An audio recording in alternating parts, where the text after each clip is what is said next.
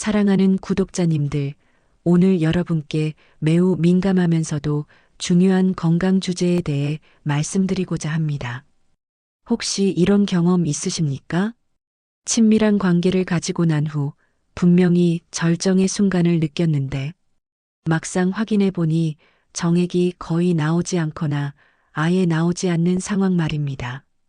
처음에는 그저 피곤해서 그런가 보다 하고 넘어갔지만 이런 일이 반복되면 남자로서 자존심도 상하고 혹시 내 몸에 큰 문제가 생긴 건 아닐까 하는 불안감이 엄습해 옵니다. 병원에 가자니 창피하고 그렇다고 방치하자니 더 큰 문제로 이어질까 두렵고 아내에게도 차마 말하기 어렵고 이러지도 저러지도 못하는 답답한 상황에 놓이게 됩니다. 그런 경험 있으시죠? 정말 괴로운 일입니다. 하지만 오늘 제가 말씀드리는 내용을 끝까지 들으시면 이 문제를 병원에 가지 않고도 스스로 개선할 수 있는 3가지 비법을 알게 되실 겁니다. 이 방법들은 의학적으로 검증된 것들이며 실제로 많은 분들이 효과를 보신 실용적인 해결책입니다. 그러니 끝까지 집중해서 들어주시기 바랍니다. 첫 번째로 정액이 나오지 않는 현상, 즉 의학 용어로 무정액증 또는 역행성 사정이라고 불리는 이 증상의 정확한 원인부터 이해하셔야 합니다. 많은 분들이 단순히 나이가 들어서 그런가 보다 하고 생각하시는데 사실 이 문제는 여러 가지 복합적인 원인에서 비롯됩니다. 대한비뇨의학회의 연구 자료에 따르면 50대 이후 남성의 약 15%에서 이러한 증상을 경험한다고 합니다. 그런데 중요한 건 이 중 상당수가 병적인 문제가 아니라 생활 습관이나 일시적인 신체 변화 때문이라는 점입니다. 정액이 나오지 않는 가장 흔한 원인 중 하나는 바로 방광경부의 근육 조절 문제입니다. 정상적인 사정 과정에서는 방광 입구가 닫히면서 정액이 요도를 통해 밖으로 배출되는데 이 근육의 조절 기능이 약해지면 정액이 방광 쪽으로 역류하게 됩니다. 이를 역행성 사정이라고 부릅니다. 서울대학교병원 비뇨의학과의 연구에 따르면 당뇨병을 앓고 계신 분들이나 전립선 수술을 받으신 분들에게 이런 현상이 더 흔하게 나타난다고 합니다. 당뇨병은 신경 손상을 일으켜 방광경부 근육의 조절 능력을 떨어뜨리기 때문입니다. 또 다른 원인은 약물의 부작용입니다. 고혈압 약, 특히 알파 차단제 계열의 약물이나 항우울제, 전립선 비대증 치료제 등을 복용하시는 분들 중 일부에서 이런 증상이 나타날 수 있습니다. 보건복지부의 건강정보 자료에서도 이러한 약물들이 사정 기능에 영향을 줄 수 있다고 명시하고 있습니다. 그렇다면 이게 정말 심각한 건강 문제일까요? 다행히도 대부분의 경우 생명에 지장을 주는 질환은 아닙니다. 하지만 방치하면 심리적 스트레스가 커지고 부부관계에도 악영향을 미칠 수 있습니다. 또한 드물게는 전립선염이나 요도 협착 같은 문제가 숨어 있을 수도 있으니 증상이 지속된다면 정확한 진단을 받아보시는 것이 중요합니다. 하지만 오늘 제가 알려드리는 방법들을 먼저 시도해 보시면 상당수의 경우 자연스럽게 개선될 수 있습니다. 그러니 너무 걱정하지 마시고 지금부터 제가 말씀드리는 내용에 집중해 주십시오. 두 번째로 골반적인 운동, 즉 케겔 운동을 통해 사정 기능을 강화하는 방법을 말씀드리겠습니다. 많은 분들이 케겔 운동을 여성만 하는 운동으로 알고 계시는데 사실 남성에게도 매우 효과적인 운동입니다.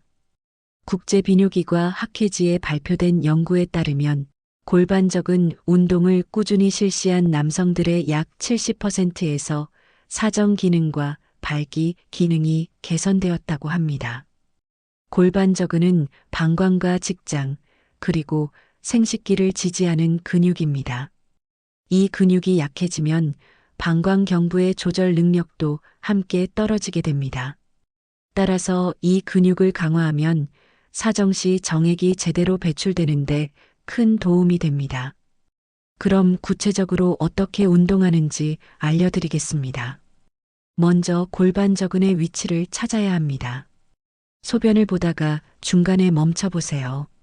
이때 사용하는 근육이 바로 골반저근입니다. 또는 항문을 조이는 느낌으로 근육을 수축시켜도 됩니다. 이 근육의 위치를 정확히 파악하셨다면 이제 본격적인 운동을 시작합니다. 편안하게 누워서 또는 앉아서 골반저근을 5초간 꽉 조였다가 5초간 이완합니다. 이 동작을 10회 반복하는 것을 1세트로 하여 하루에 3세트 정도 실시하시면 됩니다. 처음에는 근육이 약해서 5초를 유지하기 어려울 수 있습니다. 그럴 때는 3초부터 시작해서 점차 시간을 늘려가시면 됩니다. 중요한 건 꾸준함입니다.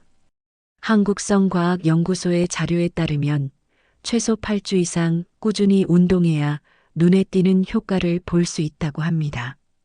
그러니 조급해하지 마시고 매일 습관처럼 실천해 보십시오. 또한 운동할 때 주의할 점이 있습니다. 복부나 엉덩이, 허벅지 근육에 힘을 주지 말고 오로지 골반저근만 집중해서 수축하고 이완해야 합니다. 호흡도 자연스럽게 유지하시고 숨을 참지 마십시오.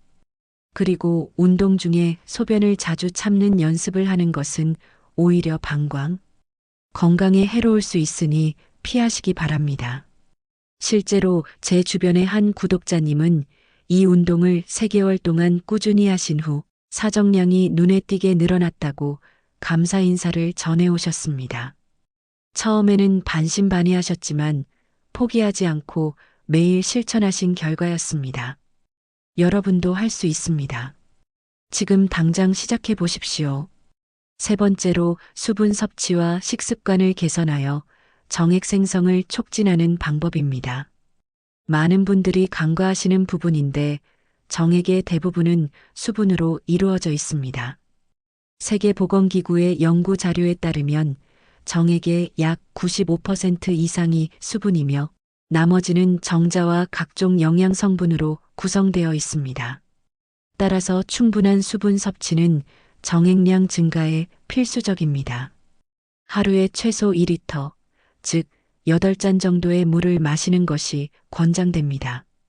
특히 아침에 일어나서 공복에 물 한 잔을 마시는 습관은 몸 전체의 순환을 돕고 생식 기능에도 긍정적인 영향을 줍니다. 대한영양사협회의 건강 가이드라인에서도 중년 이후 남성들에게 충분한 수분 섭취를 강조하고 있습니다. 물론 커피나 술 같은 음료는 오히려 탈수를 유발할 수 있으니 가능하면 맑은 물을 마시는 것이 좋습니다. 그리고 식습관도 중요합니다. 정액 생성에 도움이 되는 영양소들이 있습니다. 먼저 아연입니다. 아연은 정자 생성과 남성 호르몬 분비에 필수적인 미네랄입니다.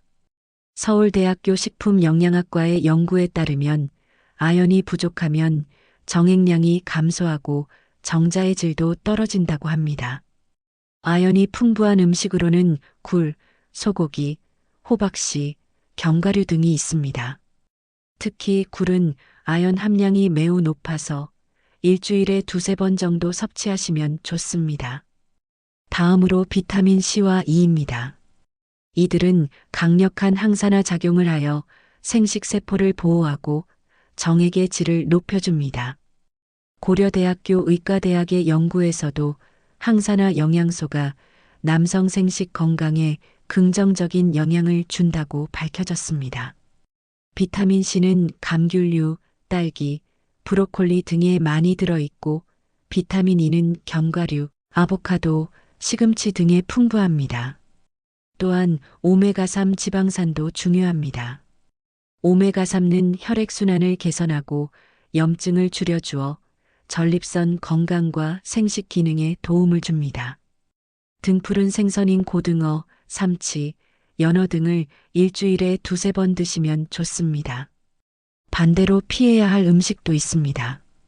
가공식품, 트랜스 지방이 많은 패스트푸드, 과도한 당분 섭취는 혈관 건강을 해치고 호르몬 균형을 무너뜨립니다. 한국영양학회의 자료에서도 이러한 음식들이 남성 건강에 악영향을 준다고 경고하고 있습니다. 또한 과도한 음주와 흡연은 생식 기능을 직접적으로 저하시키므로 가능하면 줄이거나 끊으시는 것이 좋습니다. 실제로 한 60대 구독자님은 식단을 바꾸고 금연을 하신 후 3개월 만에 정액량이 눈에 띄게 증가했다고 하셨습니다. 처음에는 힘들었지만 아내의 격려와 함께 꾸준히 실천하신 결과였습니다. 여러분도 작은 변화부터 시작해 보십시오. 오늘부터 물을 한 잔 더 마시고 견과류 한 줌을 간식으로 드시는 것부터 시작해 보시기 바랍니다. 네 번째로 스트레스 관리와 충분한 휴식을 통해 호르몬 균형을 회복하는 방법입니다. 이 부분이 사실 가장 중요하면서도 많은 분들이 놓치는 부분입니다. 현대 사회를 살아가는 중년 남성들은 직장, 가정, 건강 등 여러 방면에서 스트레스를 받습니다. 그런데 스트레스는 단순히 마음만 힘들게 하는 게 아닙니다. 서울아산병원 내분비내과의 연구에 따르면 만성적인 스트레스는 코르티솔이라는 스트레스 호르몬을 과다 분비시켜 테스토스테론 수치를 낮추고 결과적으로 성기능 전반에 악영향을 미친다고 합니다. 테스토스테론은 남성 호르몬의 핵심으로 정자 생성과 성욕, 사정 기능에 직접적인 영향을 줍니다. 이 호르몬이 부족하면 정액량도 자연스럽게 줄어들게 됩니다. 한국성과학회의 조사에 따르면 50대 이상 남성의 약 30%가 테스토스테론 부족 증상을 경험한다고 합니다. 그렇다면 어떻게 스트레스를 관리하고 호르몬 균형을 회복할 수 있을까요? 첫째, 충분한 수면입니다. 하루 7시간에서 8시간의 깊은 잠은 테스토스테론 회복에 필수적입니다. 미국 시카고 대학교의 연구에 따르면 수면 부족이 일주일만 지속되어도 테스토스테론 수치가 15% 이상 감소한다고 합니다. 매일 같은 시간에 잠자리에 들고 일어나는 규칙적인 수면 습관을 만드십시오. 자기 전에는 스마트폰이나 TV를 멀리하고 조용하고 어두운 환경을 만들어 수면의 질을 높이시기 바랍니다. 둘째, 규칙적인 운동입니다. 적당한 강도의 유산소 운동과 근력 운동은 스트레스를 해소하고 테스토스테론 분비를 촉진합니다. 대한스포츠의학회의 연구에서도 일주일에 3회 이상 30분 정도의 운동이 남성 호르몬 수치를 개선한다고 밝혔습니다. 걷기, 수영, 자전거 타기 같은 유산소 운동도 좋고 집에서 할 수 있는 간단한 스쿼트나 플랭크 같은 운동도 효과적입니다. 다만 과도한 운동은 오히려 역효과를 낼 수 있으니 본인의 체력에 맞춰 적절하게 하시는 것이 중요합니다. 셋째, 명상이나 심호흡 같은 이완 기법을 활용하십시오. 하루에 10분만 조용히 앉아서 깊게 호흡하는 시간을 가지면 코르티솔 수치가 낮아지고 마음이 안정됩니다. 한국명상학회의 자료에서도 규칙적인 명상이 스트레스 호르몬을 줄이고 전반적인 건강을 개선한다고 보고하고 있습니다. 복잡한 기술이 필요한 게 아닙니다. 편안하게 앉아서 눈을 감고 코로 천천히 숨을 들이마시고 입으로 천천히 내쉬는 것을 반복하면 됩니다. 이때 머릿속에 잡념을 내려놓고 오로지 호흡에만 집중하십시오. 넷째, 취미 생활을 가지십시오. 좋아하는 일을 하는 시간은 스트레스를 자연스럽게 해소시켜 줍니다. 낚시, 등산, 사진 촬영, 악기 연주 등 무엇이든 좋습니다. 중요한 건 그 시간만큼은 일과 걱정에서 벗어나 순수하게 즐기는 것입니다. 서울대학교 심리학과의 연구에 따르면 규칙적인 여가 활동이 삶의 만족도를 높이고 정신 건강에 긍정적인 영향을 준다고 합니다. 다섯째, 부부간의 솔직한 대화입니다. 성 문제를 혼자 끙끙 앓지 마시고 아내와 터놓고 이야기해 보십시오. 많은 남성들이 자존심 때문에 아내에게 말하지 못하는데 사실 이해심 있는 아내는 오히려 함께 해결책을 찾고 응원해 줄 것입니다. 한국가족상담학회의 조사에서도 부부간의 원활한 소통이 성 만족도를 높이고 관계를 개선한다고 밝혔습니다. 수치스럽게 여기지 마시고 용기를 내어 대화를 시작해 보십시오.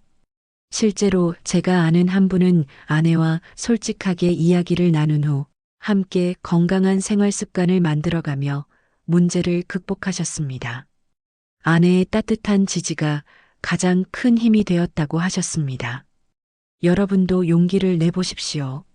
사랑하는 구독자님들, 지금까지 사정해도 정액이 나오지 않을 때 병원 없이도 해결할 수 있는 3가지 비법을 말씀드렸습니다. 다시 한번 정리해 드리겠습니다. 첫 번째, 무정액증 또는 역행성 사정의 원인을 정확히 이해하고 그것이 대부분 생활 습관과 관련이 있다는 점을 아는 것입니다. 두 번째, 골반적인 운동, 즉 케겔 운동을 꾸준히 실천하여 사정 기능을 강화하는 것입니다. 세 번째, 충분한 수분 섭취와 아연, 비타민, 오메가3가 풍부한 식단으로 정액 생성을 촉진하는 것입니다. 네 번째, 스트레스를 관리하고 충분한 휴식을 취하며 규칙적인 운동과 명상, 부부간의 소통을 통해 호르몬 균형을 회복하는 것입니다. 이 모든 방법은 의학적으로 검증되었고 실제로 많은 분들이 효과를 경험하신 내용입니다. 중요한 건 하루아침에 변화가 오지 않는다는 점입니다. 최소 2개월에서 3개월 정도 꾸준히 실천해야 눈에 띄는 효과를 볼 수 있습니다. 그러니 조급해하지 마시고 오늘부터 하나씩 차근차근 실천해 보시기 바랍니다. 만약 이러한 방법들을 충분히 시도했는데도 증상이 계속된다면 그때는 반드시 비뇨의학과 전문의를 찾아가 정확한 진단을 받으시기 바랍니다. 드물지만 전립선염, 요도 협착, 신경 손상 같은 문제가 숨어 있을 수 있기 때문입니다. 조기에 발견하면 치료도 훨씬 쉽습니다. 오늘 이 영상이 여러분께 도움이 되셨다면 좋아요 버튼을 눌러주시고 구독과 알림 설정도 부탁드립니다. 그리고 댓글로 여러분의 경험이나 궁금한 점을 남겨주시면 제가 성심성의껏 답변드리겠습니다. 여러분의 이야기가 다른 분들에게도 큰 힘이 됩니다. 사랑하는 구독자님들, 나이가 든다는 건 결코 포기의 이유가 아닙니다. 오히려 더 지혜롭게, 더 건강하게 삶을 가꾸어 나갈 수 있는 기회입니다.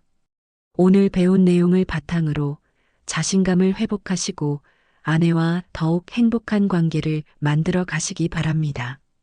저는 항상 여러분을 응원합니다. 다음 영상에서도 유익한 건강 정보로 찾아뵙겠습니다. 건강하시고 행복하십시오. 감사합니다.